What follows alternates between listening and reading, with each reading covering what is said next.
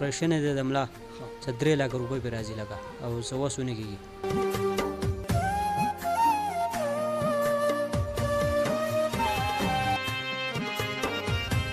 انسان په خپل هم بې بسه شي، لاچاره شي، بل ته محتاج شي، بیا خدای نخواسته هغه باندې هم داسې نورې هم داسې هلې ځلې راشي چې هغه په سوال کولو باندې مجبوره شي. نو ډېره ګرانه ده.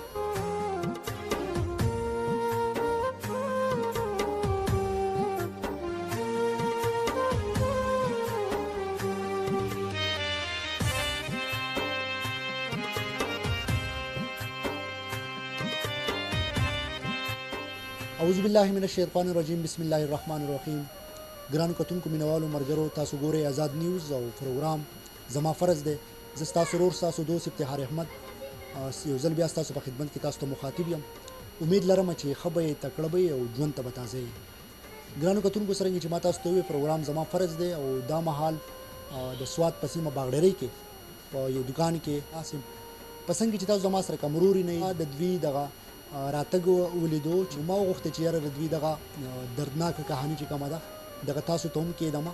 که ستاسو د اوس نه څومره هم کېږي نو چې دغه ورور سره تاسو پر یاد وکړئ. تاسو به د ویډیو په دغه کلیپس کې کتلي وي چې یاره دی په دواړو خپو باندې ډیسیبل دی، یعنې معذوره دی او ډېره ګرانه ده. دغه کلیپس کې به تاسو کتلي وي چې انسان په خپله هم بې بسه شي، لاچاره شي، بل ته محتاج شي او بیا خدای نخواسته په هغه باندې هم داسې نورې هم داسې هلې ځلې راشي چې هغه په سوال کولو باندې مجبوره شي. نو ډېره ګرانه ده.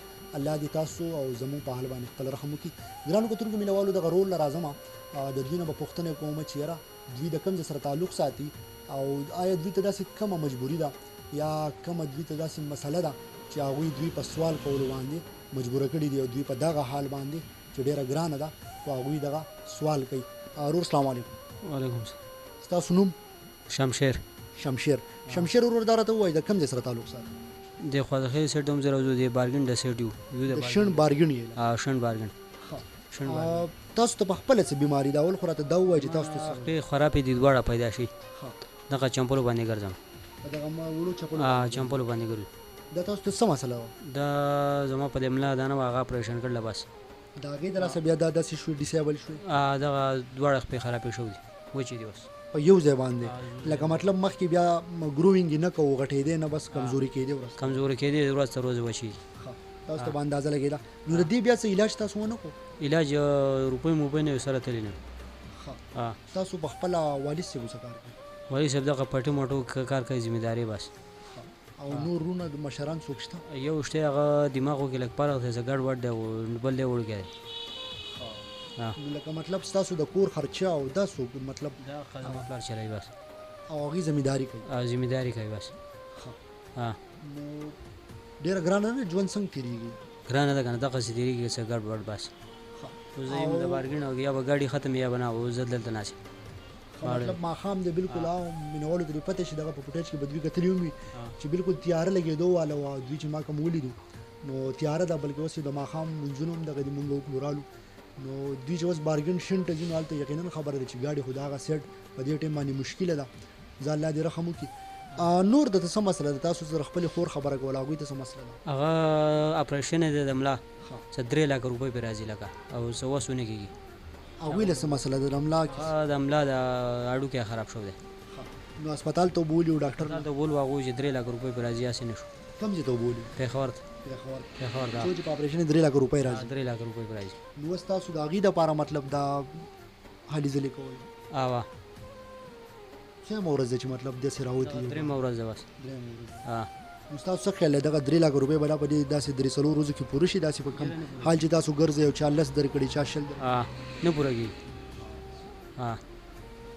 نو څه ویل غواړئ؟ څه فریاد کوئ د خپلو وروڼو ته؟ څه اپیل کوئ چې مطلب کم واکداران خلک دی او اعلی حکام دي یا داسې د چا وس دس رسي چې هغوی مطلب دا ویډیو ویني نو هغوی ته به څه ویل غواړي؟ هغوی ته ویل غواړي چې لمبر زما سره دغه کا او زه هم چې لکه څه امداد وکړي زما سره. بالکل ګرانو مینوالو ملګرو، د دوی د موبایل نمبر به موږ تاسو ته په سکرین باندې درکړو. د چا نه چې څومره هم کېږي د دوی سره د خپل وس مطابق څه نه څه کومک وکړئ. ګرانه ده. یو خو که موږ او تاسو وګورو نو په دې بازارونو کې داسې ډېر زیات خلک چې هغوی په وجود باندې روغ دي او ښه برابر وي، خو که موږ تاسو وګورو نو سوال کوي. نو د دغې سره سره داسې چې کوم بیا چې هغه حق دی یا مطلب څوک د هغه حقدار دي، نو د هغوی هم د خلکو د هغه ذهنونو د هغه اعتبار هغه دغه ورک شوی دی.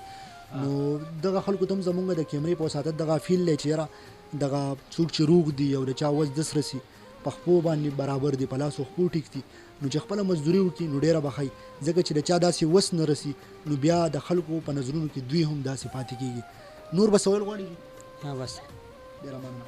بالکل مینوالو ملګرو، زموږ د دغه ویډیو د کولو مقصد هم دغه چې تاسو ته د دغه رور دغه فریاد په سکرین کې کېږدو، ځکه چې په دغه 3-4 ورځو باندې داسې 3-4 لکه روپۍ نه پیدا کېږي چې چا 10 ورکړي، چا 20 ورکړي، چا انکار کړی، چا لاس چوت کړی چې یاره معاف که ماتې نشته. نو ډېره ګرانه ده زمونږ خو دغه کېدی چې تاسو ته دغه زمونږ فرض جوړېږي دغه فریاد دغه کهاني تاسو ته په سکرین باندې راوړل، ستاسو نه چې څومره هم کېږي دغه زمونږ د دغه رور سره تاسو د خپل وس مطابق کومک وکړئ. تر بل پروګرام پورې ما خپل کوربه افتخار احمد له ورکې اجازت ولوی الله مو سپارم. د الله په امان.